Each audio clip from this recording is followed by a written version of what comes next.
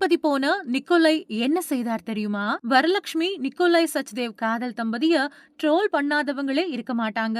ஆனா அவங்களோட அன்பான, அழகான வாழ்க்கைய பார்த்து நாளடைவுல பாராட்ட ஆரம்பிச்சுட்டாங்க. கல்யாணத்துக்கு பிறகும் நடிப்புலயும், டிவி ஷோக்கள்லயும் கவனம் செலுத்துற வரலட்சுமிக்கு பக்கத்துணையா இருக்காரு கணவர் நிக்கோலை. அதனால வரு மும்பைக்கும், சென்னைக்கும் ஃப்ளைட்ல பறந்துகிட்டே இருக்காங்க. நிக்கோலாய் சச்தேவ் உண்மையாவே ஒரு நல்ல மனிதர்னு இந்த வீடியோ எண்டுல நீங்களே சொல்லுவீங்க பாருங்க. கல்யாணத்துக்கு முன்னாடியே வருங்கால மாமியாரா ஆக இருந்த சாயா தேவியோட பர்த்டேவை கொண்டாடி அவங்களுக்கு அன்பா முத்தமும் கொடுத்தாரு நிக்கோலை. அப்பவே அப்படின்னா இப்போ கல்யாணத்துக்கு பிறகு கேட்கணுமா என்ன? அதாவது லேட்டஸ்டா வரலட்சுமி தன்னோட அம்மா சாயா தேவி மற்றும் கணவர் நிக்கோலை சச்தேவோட திருப்பதி ஏழுமலையான தரிசிக்க போயிருந்தாங்க. அப்போ மாமியார் கைய பத்திரமா பிடிச்சு அழைச்சிட்டு வந்த நிக்கோலை மனைவியோட கையையும் ஒரு பக்கம் பிடிச்சு பத்திரமா அழைச்சிட்டு வந்தாரு.